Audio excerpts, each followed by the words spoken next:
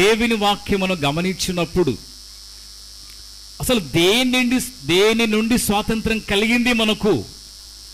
మన దేశంలో ఉన్నటువంటి స్వాతంత్రం అయితే మనం గమనించినట్లయితే మనకందరికి తెలుసు, ఒకప్పుడు మరి బ్రిటిష్ వాళ్ళు పరిపాలన చేసేటువంటి వాళ్ళు.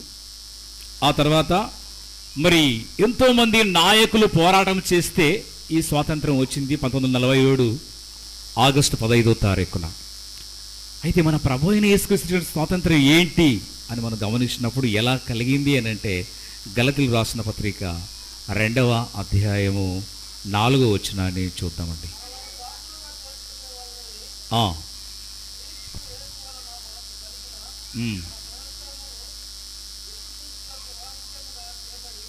ఎస్,